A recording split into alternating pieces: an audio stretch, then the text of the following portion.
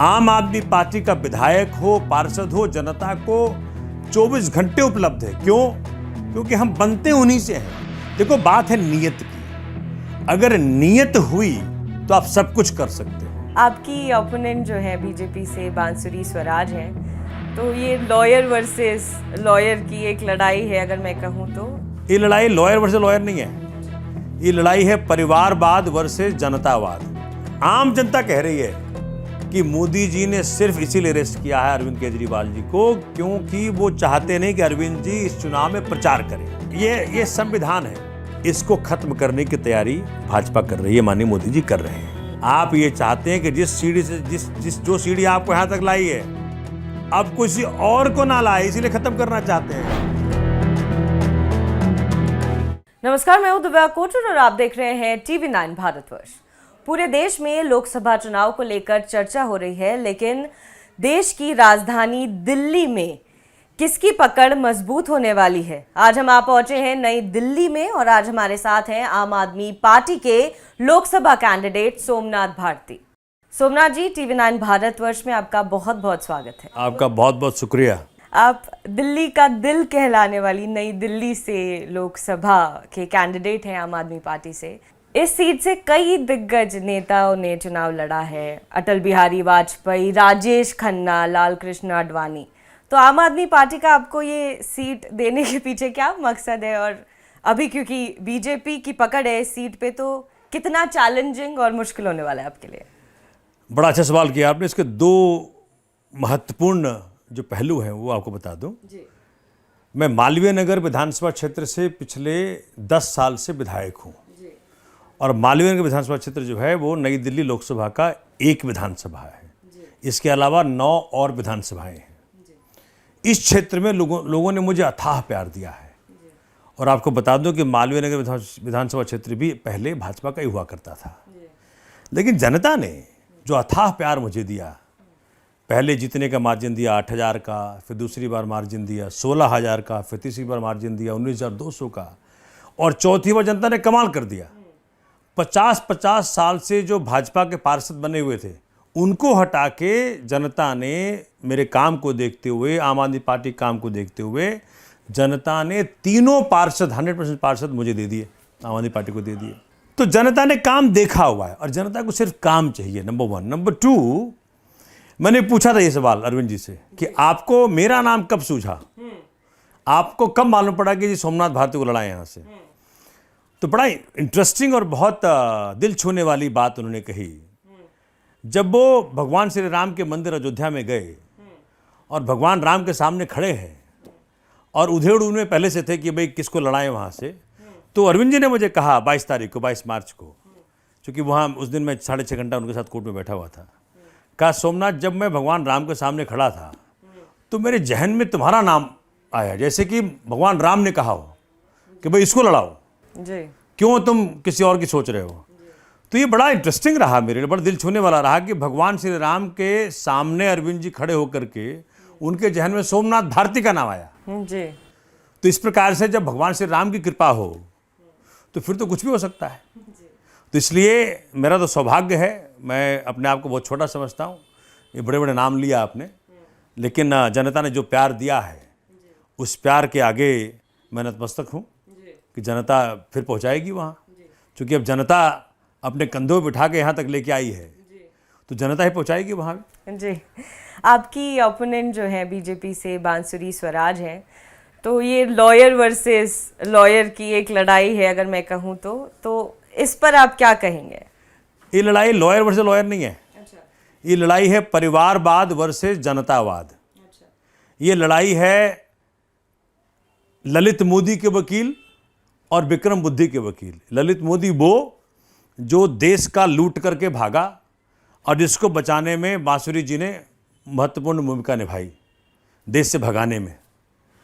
विक्रम बुद्धि को अमेरिकी सरकार से लड़कर परमात्मा ने मुझे वो अवसर दिया, हम वापस लेके आए। अपने भारतीयों के लिए बड़ी बड़ी ताकतों से लड़ने का अवसर सोमनाथ भारती को परमात्मा ने दिया है और हर वक्त भारत माता को आगे रख करके मैंने काम किया है।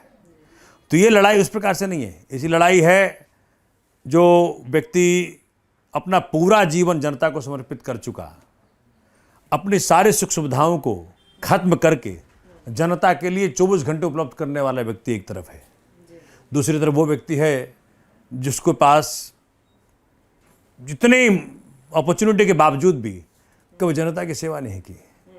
इसलिए ये लड़ाई कोई लॉयर वर्सेस लॉयर की नहीं है, ये लड़ाई है एक जनता का व्यक्ति, जनतावाद, एक परिवारवाद। सोमनाथ जी, आप मालवीय नगर के विधायक हैं। ये क्षेत्र छोटा है, आप लोकसभा सीट के अब कैंडिडेट हैं जहां 10 विधानसभा आएंगी, तो इतने बड़े क्षेत्र को मैनेज करने के लिए क्या स्ट्रैटेजी होगी आपकी? आपको हैरानी होगी कि मैं इस वक्त मालवीय नगर विधानसभा क्षेत्र, देखो बात है नीयत की, अगर नीयत हुई तो आप सब कुछ कर सकते हो, अगर आपकी नीयत नहीं है तो एक वार्ड को भी नहीं संभाल सकते। आप जाके पूछिए, क्षेत्र में 25 में से 20 पार्षद आम आदमी पार्टी के हैं, 10 विधायक आम आदमी पार्टी के हैं, जनता ने दिया, ठीक है। जहां आम आदमी पार्टी के पार्षद नहीं हैं, जाके पूछिए कभी, वो दूज के चांद हैं भाजपा के पार्षद। आम आदमी पार्टी का विधायक हो, पार्षद हो, जनता को 24 घंटे उपलब्ध है। क्यों? क्योंकि हम बनते उन्हीं से हैं। जो जिसका खाता है वो उसका गाता है। जो क्रोनी कैपिटलिस्ट का बनता है, जिनके अपार धन आ गया है, वो उनका गाते हैं। 13 लाख करोड़ मोदी जी ने क्रोनी कैपिटलिस्ट का फायदा दिया, टैक्स माफ कर दिया, उन्हें कर्जे माफ कर दिए, लेकिन गरीब किसान का नहीं माफ किया। एक गरीब मध्यम वर्गीय परिवार का जो उसने लोन लिया था, उसके यहाँ तो कुर्की हो जाती है, उसका माफ नहीं किया। एक नया पैसे का फायदा भारतीय जनता पार्टी ने, माननीय मोदी जी ने पिछले 10 साल में एक गरीब का नहीं किया। तो इसीलिए जिस प्रकार से माननीय जनता को हमने सेवा करने का प्रयत्न किया, देखो मैं हिंदुइज्म का जो बेसिक प्रिंसिपल है, हर व्यक्ति परमात्मा स्वरूप है, और हर व्यक्ति का मतलब सिर्फ हिंदू ही नहीं, हर धर्म का व्यक्ति। हम ये मानते हैं कि मानव सेवा ही माधव सेवा है। जिस जिसकी हमने सेवा कर पाए हैं वो माधव की सेवा है, वो भगवान कृष्ण की सेवा है, भगवान राम की सेवा है। तो मैं इस प्रिंसिपल पे चलता हूँ। तो जब ये प्रिंसिपल हो, जब ये बेंचमार्किंग हो, फिर क्या रह जाता है? फिर तो जब जो हमने अभी अपनाया है मॉडल यहाँ पे मालवीय नगर विधानसभा क्षेत्र में, आपको जान के हैरानी होगी कि मेरे यहाँ चलता है मोहल्ला व्हाट्सएप ग्रुप।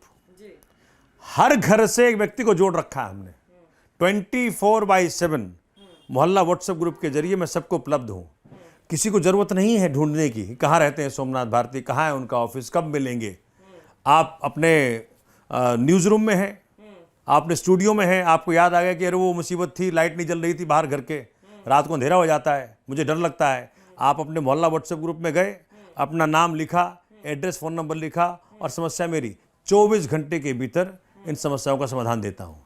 मुझे सिर्फ एक्सपेंड करना है। एक मॉडल तैयार बैठा है, मालवीय नगर विधानसभा का सेवा का मॉडल तैयार बैठा है।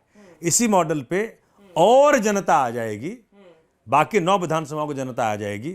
मेरा तो काम आसान है, सब कुछ तैयार है, सेवा का मॉडल तैयार है, आदमी सेवा करने को तैयार है।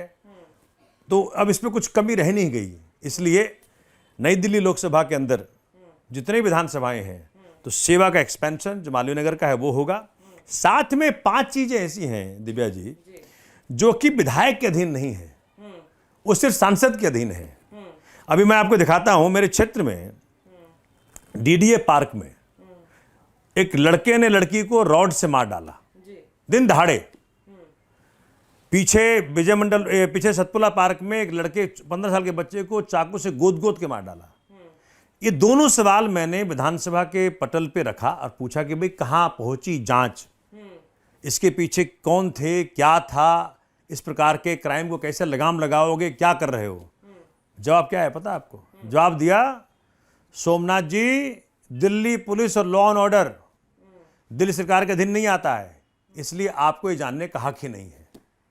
मैंने क्या बोला एलजी साहब को? मैंने कहा एलजी साहब, हाथ जोड़ के विनती करता हूँ, बहुत बड़े व्यक्ति हैं, भाजपा ने आपको एलजी बनाया मुझे पता है, लेकिन ये जो काम आप कर रहे हैं कि दिल्ली की जनता की समस्याओं को जब सदन पटल पर रखा जाता है उसका जवाब नहीं देते हो, तो मैं आपको एक बात बता दूं, चूंकि जनता के नुमाइंदे सोमनाथ भारती को आपने सदन के पटल पर जवाब नहीं दिया, अब जनता अपनी जिद में मुझे वहां भेजेगी जहां आपको जवाब देना ही पड़ेगा। तो जब लोकसभा में सवाल पूछूंगा पुलिस पे, लॉ एंड ऑर्डर पे, डीडीए पे, लैंड्स पे, ट्रैफिक पुलिस पे घंटों घंटों जाम लगा रहता है, तो लोकसभा के अंदर आप ये नहीं कह सकते कि मैं आपको जवाब नहीं दूंगा, क्योंकि लोकसभा के आगे सारे नतमस्तक हैं, सारे विभाग वहां हैं, मंत्रियों को जवाब देना पड़ेगा, समाधान देना पड़ेगा। तो ये 5 सब्जेक्ट्स में देख रहा हूं कि एमपी ही कर सकता है, तो जनता मुझे वहां पहुंचाएगी। जनता को तो चाहिए काम। भाजपा वालों ने 10 साल से तो काम किया नहीं, और अभी वाले जो भी वो भी कह रहे हैं कि जी मोदी 400 पार, अपनी तो कोई कमिटमेंट दिखा नहीं रहे कहीं भी। तो आम आदमी पार्टी का जो है, अब आम आदमी पार्टी के हम विजन की बात करते हैं। और दूसरी चीज़ कि जैसा आपने अभी एक जिक्र किया कि आपके अधिकार में अभी नहीं है कि ये जो मुद्दे हैं दिल्ली पुलिस के, तो लोकसभा के अगर आप सीट पर अगर आप आ जाते हैं तो वो कौन सी ऐसी 6 बड़ी चीज़ें होंगी जिस पर आप सुधार करना चाहेंगे, और उसके लिए आप क्या स्ट्रैटेजी? देखिए, एक तो मेरा सबसे बड़ा जो स्ट्रेस है वह है लॉ एंड ऑर्डर पे। नई दिल्ली लोकसभा क्षेत्र क्राइम फ्री होगा, ऐसी मेरी प्रयास रहेगा। दूसरा, जो पुलिस स्टेशन हैं इतने मॉडर्नाइज्ड हो कि हर व्यक्ति कंफर्टेबल फील करे जाने में। अभी सबको डर लगता है कि थाने जा रहे हैं, पता नहीं क्या हो जाएगा, ना क्या पूछेगा, क्या करेगा, कोई एक कंफर्टेबल फीलिंग नहीं है। तीसरा, जगह जगह जगह जगह ट्रैफिक जाम लगा रहता है, ट्रैफिक कंजेशन। आप मतलब समझे, कंजेशन जो है वो एनवायरमेंटल पोल्यूशन को डायरेक्टली रिलेटेड है। और मान लीजिए मैंने अपने क्षेत्र के अंदर मालवीय नगर विधानसभा क्षेत्र में ऐसे 23 लोकेशंस हैं जहां कहीं लेफ्ट टर्न को वाइडन किया है, जहां कहीं गोल चक्कर बनाया है। मतलब दशकों से जो मुसीबतें थी ट्रैफिक जैम की मेरे क्षेत्र में, उसको हमने ठीक करने का प्रयत्न किया, लेकिन ट्रैफिक पुलिस साथ नहीं देती, नहीं तो मैं सबको ठीक कर दिया होता। तो आज मैं आपके माध्यम से दिल्ली के जनता को बताना चाहता हूं, खास करके मेरी लोकसभा की जनता को, कि जहां जहां आपको ट्रैफिक की मुसीबतें होती हैं उस सभी को ठीक किया जाएगा। जहां कंजेशन होता है, आधे किलोमीटर की दूरी आपको तय करना होता है, लग गया 1 घंटा 1.5 घंटा, वो सब ठीक किया जाएगा। चौथा, जो सड़कें हैं, जो बनी हुई सड़कें हैं हमारी, उसमें स्टैंडर्ड्स नहीं है। तो मैं जब पूछा कि क्यों स्टैंडर्ड्स नहीं है, कहते हैं हम गवर्न होते हैं सीपीडब्ल्यूडी के मैनुअल से। तो जब तक सीपीडब्ल्यूडी के मैनुअल को हम नहीं बदलेंगे तब तक दिल्ली की सड़कें उस प्रकार के नहीं बन पाएंगी जो सोमनाथ भारती ने आईआईटी दिल्ली में सीखा। जो आईआईटी दिल्ली के अंदर जब हमने इतना कुछ सीखा, उसको मैं उतार नहीं पा रहा हूं, क्योंकि सब कुछ गवर्न हो रहा है सेंट्रल एजेंसियों के माध्यम से। तो सीपीडब्ल्यूडी के मैनुअल्स हैं कि सड़क इस प्रकार से होनी चाहिए। जमाना हो गया, बदलिए। तो अब हम सड़कें जब मैनुअल बदल करके फिर सड़कों को वो कायाकल्प करेंगे कि लोगों को जाना नहीं पड़ेगा अमेरिका और यूरोप सड़कों को अप्रिशिएट करने के लिए। नेक्स्ट, आप देखें कि बारिश के पानी का संचय। देखो, परमात्मा बारिश का पानी देता है, आप उसका क्या इस्तेमाल कर रहे हैं? जो वरदान है वो अभिशाप बन गया है। बारिश के पानी को माँ धरती के अंदर रेन वाटर हार्वेस्टिंग पिट बना बना के डालने थे आपको। आप वो ना बना करके आज जगह जगह आपको पानी के जमावड़े मिलते हैं, जिससे कि सबको मुसीबतें हैं। तो मेरा पूरा फोकस है कि सेंट्रल पॉलिसीज में बदलाव करके हम पूरे दिल्ली के अंदर रेन वाटर हार्वेस्टिंग पिट्स, एक ऐसा मॉडल, एक ऐसा उदाहरण पेश करेंगे कि परमात्मा के दिया गया एक एक बूंद धरती में जाएगा और उस धरती के अंदर अंडरग्राउंड वाटर टेबल जो है वो सबसे ऊपर आएगा। 10, आप किसी से बात कर लीजिए, लोग कहते हैं पहले कभी 20 फुट पे था, वो कहता है 15 फुट पे था, आज पानी है 400 फुट पे। तो जब तक हम लोग इस पर प्रयास नहीं करेंगे, आप देखें माननीय केजरीवाल साहब ने बड़ा एक एम्बिशियस प्लान बनाया दिल्ली के लिए, जो पानी की डेफिसिट है उसको पूरा करने के लिए, कि जो एसटीपीज का आउटफॉल है उसको टर्शियरी ट्रीटमेंट करके, लेक्स को डेवलप करके, वहाँ से अंडरग्राउंड वाटर टेबल को हम रिचार्ज करेंगे, उससे फिर हम विड्रॉ करेंगे ट्यूबवेल्स के माध्यम से, फिर आरओ के माध्यम से प्रोसेस करेंगे, फिर ऑगमेंटेशन वाटर का हो पाएगा। तो ये भी हमारा एक बहुत बड़ा एजेंडा में आता है। फिर आप बड़े सारे और समस्या हैं, जैसे कि आपके डॉग्स के बारे में मुसीबत है, दिल्ली में करीब करीब हर व्यक्ति इससे आतंकित है। जी। उसमें एनिमल लवर्स भी हैं, वो भी चाहते हैं ऐसे कानून बने कि जो एनिमल्स को भी फेवर करे और ह्यूमंस को भी फेवर करे, बैलेंसिंग एक्ट हो। खास करके जो पॉश कॉलोनियाँ हैं वहाँ कुत्तों की बहुत समस्या होती है। तो जो सेंट्रल एक्ट है, चूँकि आपके माध्यम से लोग जान लें, जब तक सेंट्रल एक्ट में एडिक्वेट बदलाव नहीं होगा तब तक इस समस्या का समाधान नहीं आएगा। तो उस एक्ट में बदलाव के लिए काम किया जाएगा कि किस प्रकार से ह्यूमन और एनिमल्स दोनों को एग्जिस्ट कर सके हार्मोनियसली, उस पर काम किया जाएगा। ऐसे कई अनेक काम हैं। वुमेन सिक्योरिटी का देख लें आप, जो हमने सीसीटीवी कैमरे लगवाए, उसमें कैमरे तो लगा दिए, दिल्ली पुलिस उसको यूज कर रही है, लेकिन एक कोहेसिव सिस्टम नहीं बना जिससे कि हम कह सकें कि आज दिल्ली महिलाओं के लिए 100% सुरक्षित है। नहीं कह सके, इसलिए वहां पे बहुत बड़ा काम करना है। आप इस प्रकार से देखिए, एम्प्लॉयमेंट की मुसीबतें देख लें। आज नौजवान बगैर नौकरी का फिर रहा है, उसके आगे इतना बड़ा फ्यूचर है, क्या जिए। और अनएम्प्लॉयमेंट और क्रिमिनलिटी साथ जाती है। अगर आप यंग माइंड्स को काम नहीं दोगे, पढ़े लिखों को काम नहीं दोगे, तो किधर बढ़ेंगे वो बढ़ेंगे क्राइम की तरफ। क्योंकि पेट तो है, घर में बीवी है, बच्चे हैं, पति है ना, माँ बाप है, खर्चा कहाँ से आएगा? इसलिए उस पर एक गहरा काम करना पड़ेगा। सोमनाथ जी, ये जो आपने तमाम चीज़ें बताई, ये जनता को आपके वादे हैं, ये जो है आप वादों पे अमल करेंगे अगर आपको जनता चुनती है तो। मगर इसके साथ तमाम ऐसे सवाल हैं जो इस परिस्थिति में जिससे आम आदमी पार्टी गुजर रही है, वो ये है कि आपके जो मुख्यमंत्री हैं वो जेल में हैं। ईडी का आरोप है कि शराब घोटाले में उनका इन्वॉल्वमेंट है, और आम आदमी पार्टी कह रही है कि ऑब्वियसली उससे डिनाई कर रही है, लेकिन मगर तब भी कोर्ट से कोई राहत नहीं है। और आप चूंकि खुद एक वकील हैं, तो इस पूरे प्रकरण को आप कैसे देखते हैं? देखिए, बड़ा इंटरेस्टिंग सवाल किया आपने। चूंकि कारण क्या है कि आज मैं तो चलो आम आदमी पार्टी का ही नेता हूं, तो मैं तो बोलूंगा ही। आप आम जनता से पूछ लीजिए, आम जनता कह रही है कि मोदी जी ने सिर्फ इसीलिए अरेस्ट किया है अरविंद केजरीवाल जी को क्योंकि वो चाहते नहीं कि अरविंद जी इस चुनाव में प्रचार करें। 400 पार का नारा ढकोसला है। ये साइकोलॉजिकली एक माहौल बनाना चाहते हैं, लेकिन हालत बहुत खस्ता है भारतीय जनता पार्टी की इस चुनाव में। दिव्या जी, ये इतिहास याद रखेगा, जब टीएन शेषन चुनाव आयुक्त थे तब चुनाव क्या होता था, उसके क्या मायने थे, पूरे दुनिया ने, पूरे देश के अंदर हर व्यक्ति ने देखा। आज चुनाव आयोग क्या है? मोदी जी का बनाया चुनाव आयोग है। 3 व्यक्तियों में जो सिलेक्शन कमेटी थी, जिसमें पहले थे सीजेआई माननीय मुख्य न्यायाधीश supreme court, LOP opposition leader और माननीय प्रधानमंत्री, उस 3 में से सीजेआई को हटा करके माननीय मोदी जी ने अपने व्यक्ति को डाल दिया। आज जब 3 में 2 वही हों तो चुनाव आयोग कम होगा, ये होगा मोदी आयोग। अब ऐसे माहौल में जब चुनाव घोषणा हो जाए और इस प्रकार से अपोजिशन के एक मेन लीडर को उठा लिया जाए, एक मुख्यमंत्री को वहां उठा लिया, हेमंत सोरेन साहब को, तो क्या मतलब बनता है? ये इलेक्शन को अपने तरफ करने की आयाम है, इनके प्रयास हैं। चुनाव आयोग आता, कहता, प्रमाण कहाँ है? एक नए पैसे का धेला नहीं निकला, एक नए पैसे का ट्रेल नहीं निकला। और दिव्या जी, तो ये बात तो ईडी ने मान ली सुप्रीम कोर्ट के अंदर। जब संजय सिंह जी को बेल मिला, तो जब सुप्रीम कोर्ट ने शिकंजा कसा कि भाई तू 6 महीने से इस आदमी को अंदर रखा हुआ है, तेरे पास क्या प्रमाण है? क्या मनी ट्रेल निकला? बोला नहीं निकला। क्या मनी कहीं रिकवरी हुई? बोला नहीं हुई। बोला फिर क्या तुम बेल अपोज करोगे?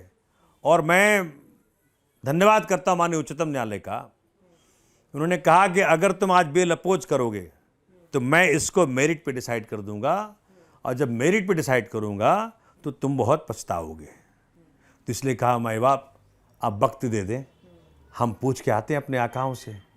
तो पोस्ट लंच आए वापस वो, बोला जी हम बेल अपोज नहीं करेंगे।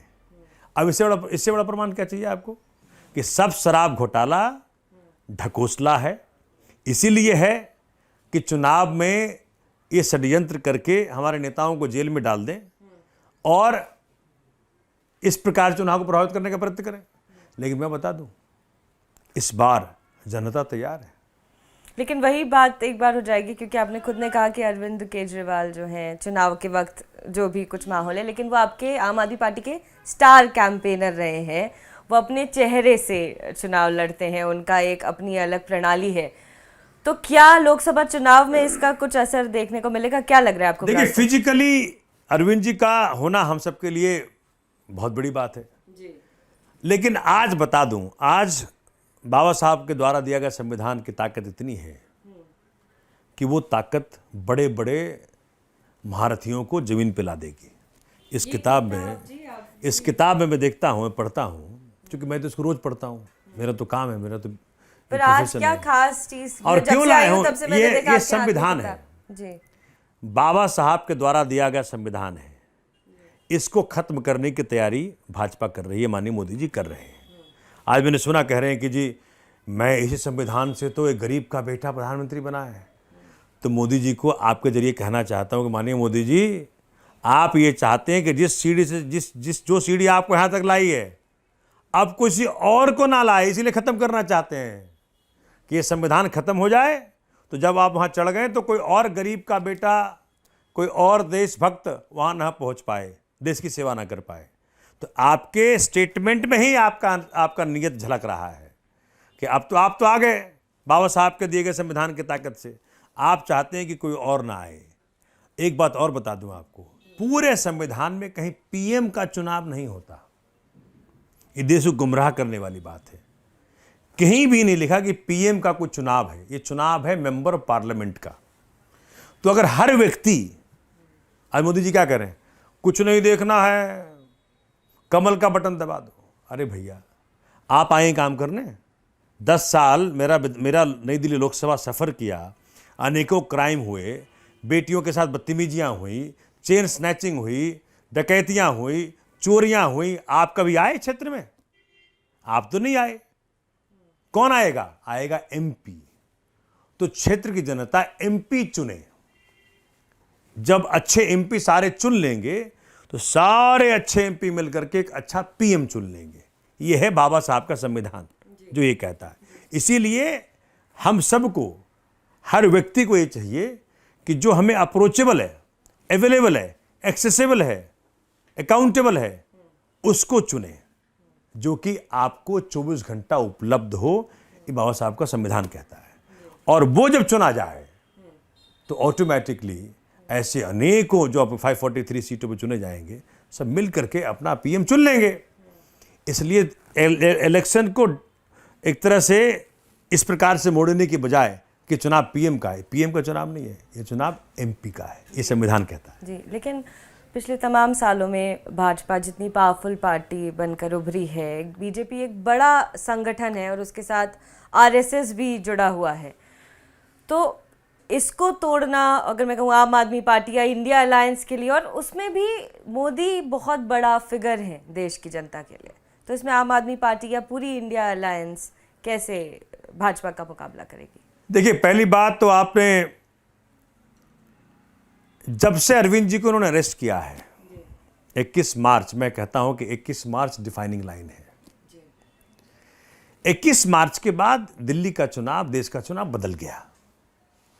अब लोग कह रहे हैं कि ये जो डिक्टेटरशिप है कि कुछ भी कर लो, मतलब आप सोचिए कि इस देश ने सुप्रीम कोर्ट के माध्यम से ये जाना कि प्रक्रिया क्या चली देश के अंदर, कि पहले ईडी भेजो कंपनियों पे, फिर कंपनियों से रिश्वत के रूप में वसूली करो और फिर कंपनियों केस ड्रॉप कर दो।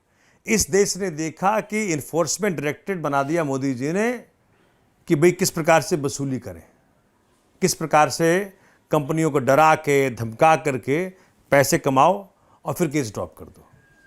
तो ये सब ने देखा। तो आज दुनिया जान गई है, मोदी जी की असलियत बाहर आ गई है। वो अभी कहीं कह रहे थे कि इंटरव्यू में कि इलेक्टोरल बॉन्ड के माध्यम से हम जान पाए कि कितना पैसा कहाँ से किधर से आया।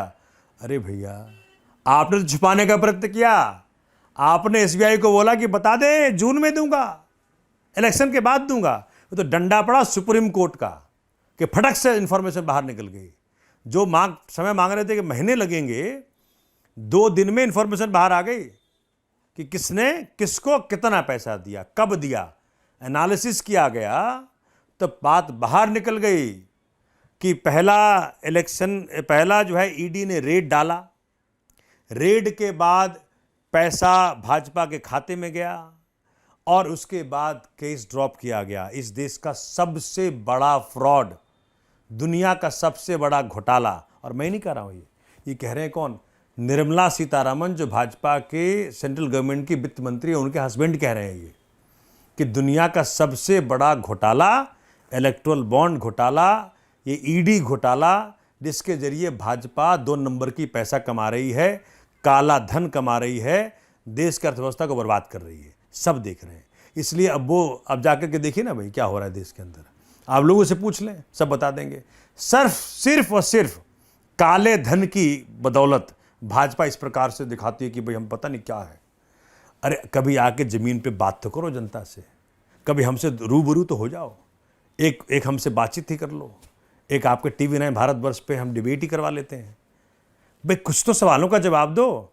एक कौन सा इंटरव्यू होता है? क्या खाते हैं, क्या पीते हैं, क्या पहनते हैं, कैसे फिट लगते हैं, आम चूस के खाते हैं, काट के खाते हैं? ये प्रधानमंत्री किसे पूछने वाले सवाल नहीं है। इस प्रकार से जो पूछ रहा है वो भी देशद्रोह कर रहा है। सवाल पूछने चाहिए, माननीय मोदी जी, आपकी ईडी ने इस प्रकार से धंधा खोल रखा है, आपको जानकारी है कि नहीं? जो भाजपा ने पैसे इकट्ठा किए हैं 2471 करोड़, जो सबके सामने खुल के आ गया है।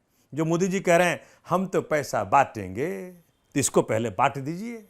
जो 2471 करोड़ आपने इकट्ठा किया है ना, आज दरवाजा खोलिए कि आ जाओ गरीब लोग। वैसे भी आप क्या क्या क्लेम कर रहे हैं अपने अचीवमेंट का? 80 करोड़ जनता को 5 साल मुफ्त राशन दूंगा। ये डेवलपमेंट के निशान नहीं है। 10 साल में आप देश को यहां से हला दिए कि 80 करोड़ जनता आपके 5 साल राशन के लिए भूखे लाइन पे लगे रहे। ये भारतवर्ष की विकास हो रहा है? तो सब देख रहे हैं इस देश के अंदर। ना तो नौकरियां आई, ना तो जीडीपी बढ़ा, ना तो बिजनेसमैन संतुष्ट हुआ, ना महिलाएं सुरक्षित हुई। तो हुआ क्या? हुआ एक ही चीज, काला धन इकट्ठा किया गया भाजपा के द्वारा और उसके बदौलत इलेक्शन को डाइवर्ट किया गया, इलेक्शन को अपने मन मुताबिक इसको करने का प्रयत्न किया। सोमनाथ जी, जैसे आपने अभी काला धन का जिक्र किया, घोटाले का जिक्र किया, तो ये आम जनता के भी सवाल हैं कि जब आम आदमी पार्टी का गठन हुआ था तो वो कांग्रेस के अगेंस्ट हुआ था, उनके करप्शन के अगेंस्ट हुआ था, और आज आम आदमी पार्टी कांग्रेस के साथ काम करिए, इंडिया अलायंस जिसमें तमाम पार्टी हैं, इसको लेकर भी आपके क्या दिमाग में क्या है? इसको ऐसे समझें कि 2 हिंदुस्तानी बहुत लड़ते हो, झगड़ा करते हो, सिर फटव्वल करते हो, और सामने पाकिस्तानी आ जाए, क्या करेगा हिंदुस्तानी? फिर अपने सारे झगड़े भूल करके पाकिस्तानी को पहले भगाएगा। जब पाकिस्तानी यहाँ से भागेगा, अपना झगड़ा बाद में देख लेंगे हम। तो आज भाजपा की यही हालत है। इस लोकतंत्र विरोधी भाजपा, संविधान विरोधी भाजपा, देश विरोधी भाजपा, जवानों को मरवाया। मैं नहीं कह रहा हूं, इनके गवर्नर कह रहे हैं। मलिक साहब ने कहा, ये कहते थे कि पुलवामा में इन्होंने बड़ा अच्छा काम किया है। इनके गवर्नर मलिक साहब ने कहा कि 40 जवानों को मरवाने में इनका हाथ है। मैं तो नहीं कह रहा, उनका अपना ही आदमी कह रहा है, अपना गवर्नर कह रहा है, गवर्नर कह रहा है। कैसे चुप कराओगे? तो देश विरोधी भाजपा, आर्मी विरोधी भाजपा, सैनिक विरोधी भाजपा आज जो है पाकिस्तानी मानसिकता वाली भाजपा बन गई है। और इसी कारण से हर वो देशभक्त जो चाहता है कि भारत माता आगे बढ़े, भारत माता सुरक्षित हो, बाबा साहब का संविधान सुरक्षित हो, संविधान को आँच ना आए, लोकतंत्र बचे, सब इकट्ठे हो जाएं। अपने डिफरेंसेस भूलिए और सब इकट्ठे हो जाइए, अपने झगड़े बाद में सेटल कर लेंगे। इसी कारण से आज कांग्रेस भी, आम आदमी पार्टी भी, हर प्रकार की वो पार्टी, हर पार्टी जो कि इस देश को प्यार करती है, बाबा साहब को प्यार करती है, बाबा साहब संविधान को प्यार करती, इकट्ठे है। तो आज चुनाव क्या हो गया है? अब हो गया है भारतीय जनता पार्टी वर्सेज भारतीय जनता। अब चुनाव ये हो गया है। आखिर में सोमनाथ जी, मैं आपसे सवाल करना चाहूँगी कि तमाम हमारी बातें हो गई, लेकिन मैं चाहती हूँ कि आप जनता को आखिरी में वो 3 मेन पॉइंट्स बताएं जो आम आदमी पार्टी उनसे पूरे दिलो दिमाग से वादा करेगी लोकसभा चुनाव के लिए? देखिए, जो सबसे बड़ी बात है कि चुनने जाने के बाद क्या आपका सांसद आपके बीच में रहा, क्या आपको उपलब्ध हुआ, खास करके दिल्ली के लिए, क्योंकि वो पुलिस, कानून व्यवस्था, डीडीए, लाइन ट्रैफिक पुलिस, ये एक्सक्लूसिवली एक एमपी के अंतर्गत आता है।